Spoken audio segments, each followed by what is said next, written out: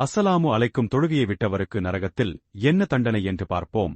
அதற்கு முன்னாடி இந்த வீடியோவை இப்ளீஸ் பார்க்க விடாமல் தடுப்பான். அதனால் அவனை எதிர்த்து அல்லாஹ் அக்பர் என்று கமெண்ட் செய்து லைக் செய்து சப்ஸ்கிரைப் செய்யவும். குர்ஆன் கூறுவது சூரா அல் முதத்திர் 74 42-43 சோகஸ்மைலி.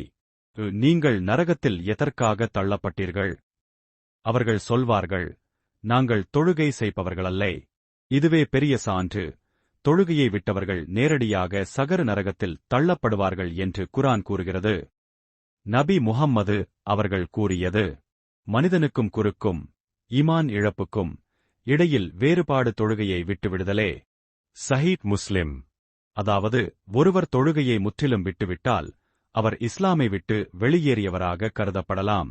கியாமத் நாளில் முதல் கேள்வி தொழுகையை பற்றியே இருக்கும். திர்மிதி. தொழுகை சரியாக இருந்தால் மற்ற காரியங்களும் ஏற்றுக்கொள்ளப்படும். தொழுகை இல்லாவிட்டால் மற்ற நல்ல காரியங்களும் பயனில்லை. நரகத்தில் அவர்களுக்கு வரும் தண்டனைகள். ஹதீஸ்களில் சொல்லப்பட்டுள்ள சில நிலைகள். மூக்கிலிருந்து இரத்தம் பாயும் தண்டனை. தொழுகை நேரத்தில் தூங்கிவிட்டவர்கள் கியாமத் நாளில் தங்கள் தலை நொறுக்கப்படும் தண்டனை அனுபவிப்பார்கள். சஹீஹ் புகாரி. நபி கனவில் கண்ட காட்சி. சகரு நரகம். தொழுகை விட்டவர்கள் அங்கு எரிந்து கொண்டிருப்பார்கள்.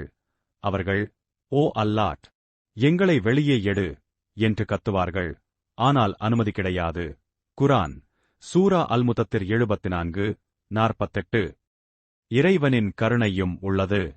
ஆனால் ஒருவர் தன் பிழையை உணர்ந்து மனமாறி தப்பா மன்னிப்பு கேட்டால் அல்லாஹ் மிகுந்த கருணையாளர்.